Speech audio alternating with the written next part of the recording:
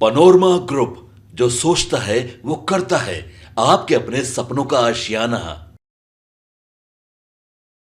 नमस्कार, आप देख रहे हैं महाभारत 2024। पहले चरण की वोटिंग से ठीक पहले आ गया है 40 सीटों का फाइनल रिपोर्ट। किसे कितनी सीट मिलने जा रही है, इस वक्त हमारे साथ बाबा जुड़े हुए हैं। हम आपको बताएंगे कि वोटिंग से ठीक पहले कौन सी पार्टी कितनी दम भर पाई है और किसे कितनी सीट मिलेगी। बाबा, सीधा हम आप ही के पास आते हैं। आखिरकार फाइनल रिपोर्ट जो है वोटिंग से पहले आ गई है, कौन बाजी मार रहा है और किसे कितनी सीटें मिल पा रही है।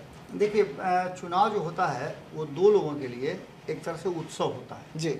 एक तो चुनाव प्रक्रिया से जुड़े हुए जो लोग हैं, यानी चुनाव आयोग से जुड़े हुए जितने भी लोग हैं, जी बिल्कुल, उनके लिए उत्सव होता है, जिम्मेवारी भी बड़ी होती है। दूसरा राजनीतिक और तीसरा पत्रकारिता जगत। जी। क्योंकि ये सबकी अपनी अपनी जिम्मेवारी हो जाती है कि इस देश के लोकतंत्र को कैसे आगे बढ़ाया जाए। बिल्कुल। तो निश्चित रूप से जो सबसे महत्वपूर्ण जिम्मेवारी है, उस जिम्मेवारी में बहुत तरह की बातें देखने, सुनने और समझने को मिलेंगी। उस पर चर्चा भी होगा, डिबेट भी होगा, और उसमें कौन क्या कर रहा है, किस तरह की बातें सामने आ रही है। जैसे आपने देखा होगा, घोषणा पत्र पर काफ़ी सवाल हो रहा है, ये घोषणा पत्र क्या बनाए, वो घोषणा पत्र क्या बनाए, घोषणा पत्र की पिछली बातों का कितना पूरा किए, अब आगे क्या करने का प्लान है, ये सारी बातें होती है। लेकिन इसमें सबसे ज़्यादा महत्वपूर्ण जानते हैं क्या होता है? कौन कितने सीटों पे जीत रहा है, कौन कहाँ से बाजी मार रहा है, क्या क्या मुद्दे हैं, ये सभी चीज़ें अलग अलग जाति वर्ग से लेकर के सभी की अपनी अपनी सोच होती है, अपना डिमांड होता है, और वो अपेक्षा करते हैं कि हमारे जो जनप्रतिनिधि बन रहे हैं या हमें जनप्रतिनिधि बनाना है जिन्हें, वो पूरा करें। इसके आधार पर मीडिया जो है अपना एक सर्वे रिपोर्ट ले आती है, लोगों से पूछ करके पता करने की कोशिश करती है कि कितना किसके पक्ष में लोग खड़े हैं। आंकड़ों के हिसाब से जो फाइनल आंकड़ा है वो निकाला जाता है कि हाँ, इस सीट पे ये जीत रहे हैं, और इस तरह से सभी सीटों का समीकरण निकलता है। बिहार की 40 सीटों को लेकर के कई सर्वे आए, रिपोर्ट आए, जिसमें आपको सभी को हमने बताया था कि एबीपी का सर्वे हमने दिया था जी। अब एक नया सर्वे आया है टाइम्स नाउ का, नवभारत टाइम्स ग्रुप का एक नया सर्वे आया है। इस सर्वे पर चर्चा शुरू हो चुकी है, कई मुद्दों पे चर्चा की गई है, और इस सर्वे के साथ साथ अगर भारत लाइव का अपना सर्वे हम जोड़ लें, जो हमने अब तक 20 से 22 क्षेत्रों में किया है, उसके आधार पर इस सर्वे को हम कैसे देखते हैं। बिहार की जनता इस सर्वे के हिसाब से जो टाइम्स नाउ ने किया है, उस सर्वे के हिसाब से किसे कितनी सीटें दे रही है, ये पूरा का पूरा मामला हम बताते हैं। उससे पहले हम आपको बता दें कि 2019 में 40 में से 39 सीटें एनडीए जीती थी, एक सीट महागठबंधन में कांग्रेस जीती थी। वो इस बार एक भी सीट टाइम्स नाउ के हिसाब से जीतती हुई दिखाई नहीं दे रही है। तो शुरुआत में ही कांग्रेस को बड़ा झटका, बिल्कुल बड़ा झटका है, और इस झटके के साथ साथ अभी और भी बहुत बातें मैं बताऊंगा जी। लेकिन उससे पहले मैं बता दूं कि जो सर्वे रिपोर्ट है, उस सर्वे रिपोर्ट में 3 आयु वर्ग को रखा गया है। एक आयु वर्ग है जो वोटर है, आपका युवा है जी, जो 45 वर्ष तक की आयु का है। वो विभिन्न मुद्दों को कैसे देखता है, तो सबसे बड़ा मुद्दा जो है वो, अगर बेरोजगारी को हम सामने रखें तो बेरोजगारी को कैसे देखता है। बेरोजगारी के मुद्दे पर उस 45 वर्ष से कम युवा का क्या रुझान है, क्या कहना है। तो इसमें अगर सर्वे रिपोर्ट की बात माने तो बेरोजगारी को लेकर के 13% लोग जो हैं वो कहते हैं कि ये मुद्दा बनना चाहिए।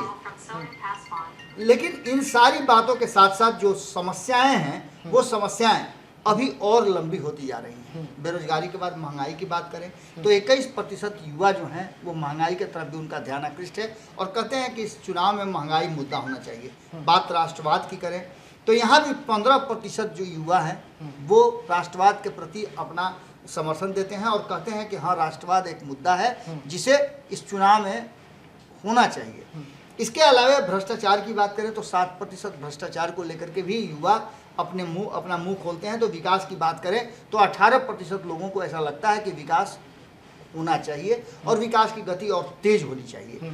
इसके अलावा हिंदुत्व की जब बात होती है तो सबसे ज़्यादा यहाँ पर आकर के एक मामला अटकता है, और यहाँ आकर के पता चलता है कि देश में किस तरह का हवा चल रहा है।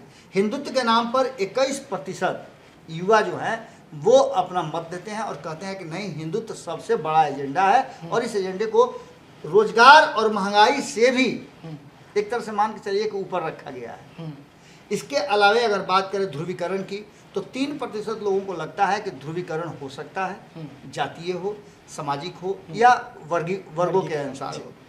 अन्य 2% बात करते हैं। अगर इसी को हम आगे लेकर के चल जाए तो 45 वर्ष से 60 वर्ष आयु वाले जो मिडिल वर्ग के लोग हैं, उनका इसी मुद्दे पर बेरोजगारी में जहां 13% युवा, वहीं 9% 60 वर्ष के आयु वाले लोगों को बेरोजगारी मुद्दा लगता है। वहीं महंगाई की बात करें तो 27% लोगों को महंगाई लगता है। चूंकि आप जानते हैं कि मिडिल वर्ग के लोगों के लिए घर बार चलाना बहुत मुश्किल होता है, तो महंगाई उनके लिए मुद्दा है। राष्ट्रवाद की बात करें तो यहाँ दोनों बराबर हैं, 15-15% दोनों अपना अपना मत रखते हैं। भ्रष्टाचार के मुद्दे पर उस मिडिल वर्ग के लोगों का जो नौकरी पेशा होंगे, उनको लगता है कि 60% भ्रष्टाचार है, भ्रष्टाचार का धीरे धीरे लेना हो रहा है। हाँ। विकास की बात करें तो जहाँ 18% युवा विकास की तरफ जा रहे हैं, वहीं 21% इस मिडिल आयु वर्ग के लोग जो हैं 60 वर्ष के आयु तक, वो 21% कहते हैं कि विकास होना चाहिए। हिंदुत्व की बात करें तो यहाँ भी हिंदुत्व में कोई कमी नहीं है। 18% लोग हिंदुत्व पर अपना वोट देने के लिए आकर्षित होना चाहते हैं। तो ध्रुवीकरण यहाँ भी 3% है और अन्य 2% यहाँ भी नजर आते हैं। लेकिन इससे भी ज़्यादा चौंकाने वाला बात है कि जो 60 वर्ष से अधिक आयु के लोग हैं, वो 6% लोग हैं जो बेरोजगारी की बात करते हैं। उनको रोजगार से तो लेना देना है नहीं, उनकी उम्र 60 वर्ष हो गई है, फिर भी 6% है। फिर भी 6% लोग जिनके आगे पीछे बहुत कुछ नहीं है, सरकारी नौकरी का उनको लाभ नहीं मिल रहा है, या और भी बहुत सारी बातें होंगी जिसको लेकर के 6% लोग अभी भी चाहते हैं कि बेरोजगारी एक बड़ी समस्या है। 25% लोग महंगाई पर बात करते हैं, यानी यहाँ इस वर्ग में भी महंगाई एक बड़ा समस्या है। उसके बाद आप राष्ट्रवाद की बात करें तो फिर देखिए कि राष्ट्रवाद में यहाँ भी 21% लोग हैं। यानी कि आप कॉमन फैक्टर देख लीजिए कि इस देश में चुनाव में राष्ट्रवाद है, जो 2019 में काफ़ी प्रभावी था और जो जिसने जीत हार का फैसला किया था। बिल्कुल। इसके अलावा अगर बात करें विकास की तो 20% लोग 60 वर्ष से अधिक के आयु वाले कहते हैं कि विकास होना चाहिए। हिंदुत्व की बात करें तो 16% लोग यहाँ बात करते हैं। और फिर यहाँ हिंदुत्व वाली बात समझ ही गए होंगे आप। बिल्कुल। एक तरफ राष्ट्रवाद और दूसरी तरफ हिंदुत्व, ये दूसरे नंबर पे चल रहा है। तीसरी तरफ आप ध्रुवीकरण की बात करें तो यहाँ भी लोगों का मानना है कि 3% तक स्विच हो सकता है, ध्रुवीकरण हो सकता है। अन्य 1% मुद्दा है। यानी कि अब आप समझ में आ गया होगा कि ये गाड़ी किस पटरी पर चल रही है, सिंगल लाइन पर चल रही है कि डबल लाइन पर चल रही है। डबल लाइन पे दोनों गाड़ी एक ही दिशा में नहीं चलती है, एक इधर जाती है एक इधर जाती है जी। सिंगल लाइन में गाड़ी इधर से जाएगी, उसके बाद दूसरी गाड़ी उधर से आएगी जी, दूसरी गाड़ी को लाइन में संट करना पड़ेगा। ये जो मुद्दा है इस बार चुनाव का, वो कहीं ना कहीं घूम फिर करके महंगाई, राष्ट्रवाद और हिंदुत्व पर आकर के टिक गया है। महंगाई दूर करने के लिए सरकारें प्रयास करती हैं, लेकिन जो तेजस्वी यादव और उनकी पूरी टीम है, न्याय पत्र है, घोषणा पत्र है, जितना भी पत्र निकाला गया इस चुनाव में, कांग्रेस हो, राष्ट्रीय जनता दल हो, उस पर कहीं ना कहीं राष्ट्रवाद वाली जो बोली है, नरेंद्र मोदी ने जो अपना घोषणा पत्र जारी किया है, उस घोषणा पत्र पर कहीं ना कहीं लोगों का दिमाग उधर कॉन्सेंट्रेट हो रहा है। अब हम आते हैं सीटों की बात करते हैं। तो सीटों में भारतीय जनता पार्टी को इस चुनाव में 34% वोट मिलने की उम्मीद जताई जा रही है, जो कि पिछले बार से थोड़ा सा कम नजर आ रहा है। वहीं अगर बात करें जेडीयू की तो इसे भी 15% वोट मिल रहा है, जो कि अगले बार से कम है। हम सीटों के बारे में बताएंगे कि 16 सीट में से ये कितना जीत रहे हैं, 17 में से वो कितना जीत रहे हैं, क्या सर्वे रिपोर्ट आया है। हम अभी नवभारत टाइम्स की बात बता रहे हैं। इसके बाद राजद की बात करें तो मात्र 25% वोट इन्हें आ रहा है। 23 सीट पे चुनाव लड़ रहे हैं, ये भी सबको पता है। कांग्रेस को 6%, 9 सीटों पे चुनाव लड़ रहे हैं, और 6% वोट ही आ रहा है लोक जनशक्ति पार्टी रामविलास को, जो 5 सीटों पे चुनाव लड़ रहे हैं। अन्य के खाते में 12% वोट है। अन्य में बाकी के लोग आ जाते हैं, जैसे हिंदुस्तानी अवाम पार्टी जी, आरएलएम, दोनों आ जाते हैं। अब हम बात सीटों की तरफ करते हैं। 17 सीट पर चुनाव लड़ रही है भारतीय जनता पार्टी। इस वोट प्रतिशत और जो रुझान है उसके अनुसार 17 में 17 सीट वो जीतती हुई दिखाई दे रही है। हम शुरू से आपको याद होगा कि ये 100% बात बता रहे थे कि जो अधिक परिवर्तन नहीं हुआ है उसके पीछे कारण है कि भारतीय जनता पार्टी अपने पुराने लोगों को एक बार फिर से टेस्ट एंड ट्रायल लोग जो हैं उन्हीं पर भरोसा करना चाहती है, कोई भी ट्विस्ट नहीं करना चाहती है, क्योंकि वोटों का प्रतिशत जहां 38% था वहां घट करके 34% हो गया है। जदयू की बात करें तो एक तो बीजेपी का क्लियर हो गया, 17 में 17 जीत रही है। अगर बात करें जेडीयू की तो इनका वोट प्रतिशत भी घटा है, 22 से 15 पर आए हैं। इसके अलावे ये 16 सीट पे लड़ रहे हैं, पिछली बार से एक सीट कम पे लड़ रहे हैं। टाइम्स नाउ का कहना है कि 15 सीट पर ये चुनाव जीतेंगे, यानी एक सीट लूज करेंगे। लेकिन भारत लाइव का सर्वे बताता है कि एक नहीं 2 से 3 सीटें ये लूज कर सकते हैं। अभी चुनाव का अर्लियर स्टेज है, लेकिन जो हमारा 20 जो अलग अलग क्षेत्रों में हमने सर्वे किया है उसके अनुसार हम बता रहे हैं कि जनता दल यूनाइटेड 16 सीटों में से आपको वही जो 13 या 14 सीटें जीत करके आएगी। खैर ये तो चुनाव परिणाम आएगा तो पता चलेगा। लेकिन कांग्रेस की बात करें तो कांग्रेस जिसने पिछली बार इज्जत बचाया था महागठबंधन का, वो एक भी सीट पर जीतती हुई दिखाई नहीं दे रही है। यानी किशनगंज का सीट भी उसके हाथ से जाता हुआ दिखाई दे रहा है। लोक जनशक्ति पार्टी की बात करें तो पिछली बार भी 100% स्ट्राइक रेट था, इस बार भी टाइम्स नाउ के हिसाब से वो 100% स्ट्राइक रेट उनका रह रहा है। अन्य के खाते में 3 सीटें जा रही हैं, और ये 3 सीटें कहाँ से आ रही हैं? तो 2 सीटें हमने बताया था, हालांकि टाइम्स नाउ के हिसाब से एक ही सीट है जो अन्य के खाते में जा रही है। या तो आप इस सीट को पप्पू यादव को दे दीजिए, टाइम्स नाउ के हिसाब से मैं बता रहा हूँ, या ये सीट आप जीतन राम मांझी को दे दीजिए, या ये सीट आप उपेंद्र कुशवाहा को दे दीजिए। इन तीनों में एक सीट बढ़ रहा है, यानी इन तीनों में से एक ही जीतता हुआ दिखाई दे रहा है टाइम्स नाउ के हिसाब से। या फिर इस सीट को आप जहानाबाद लेकर के चले जाइए, बाकी सब लोग हार जाएंगे। जहानाबाद कर चुकी टक्कर जो है पिछली बार बहुत ज़बरदस्त हुआ था। इसके अलावा और भी टक्कर है, नवादा में त्रिकोणीय मुकाबला हो गया है जी, उसमें भी सीट आगे पीछे हो सकता है। लेकिन खैर जहाँ बीजेपी की बात करें तो बीजेपी वहाँ हारती हुई दिखाई नवादा में दे नहीं रही है जी। तो आखिर कौन हारेगा? तो जनता दल यूनाइटेड की सीटें जा रही है। अगर जहानाबाद भी जाता है तो जनता दल यूनाइटेड का सीट जाता है। बिल्कुल। अगर पूर्णिया की बात करें तो जनता दल यूनाइटेड का सीट जाता है। अगर तीसरे चौथे सीट की बात करें तो गया की सीट जा रहा है। चौथे सीट की बात करें तो काराकट का सीट जा रहा है। इन्हीं 4 सीटों में से कहीं ना कहीं जाता हुआ दिखाई दे रहा है। या फिर इसको सिवान भी कन्वर्ट कर सकते हैं आप, सिवान की सीट। यानी ये सारी सीटें जो है लगभग 13 से 14 सीटें आती हुई दिखाई दे रही है। 3 से 4 सीटें जो है लूज करती हुई दिखाई दे रही है जनता दल यूनाइटेड। जो भारत लाइव का सर्वे है उस सर्वे के हिसाब से हमने बताया। अब इनमें सबसे बड़ी बात जो है वो ये है कि टोटल कितना है।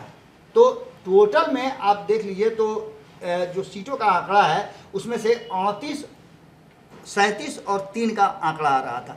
लेकिन भारत लाइव जो है उसके हिसाब से ये आंकड़ा 39 से ज़्यादा हिलने वाला नहीं है, क्योंकि राष्ट्रीय जनता दल को यहाँ दिखाया जा रहा है कि 2 सीटें जीत करके आ रही है। 2 सीटों में कौन कौन सी सीट है ये क्लियर नहीं है, लेकिन टाइम्स नाउ के हिसाब से 2 सीटें वो जीत रहे हैं, 23 में से 2 सीटें।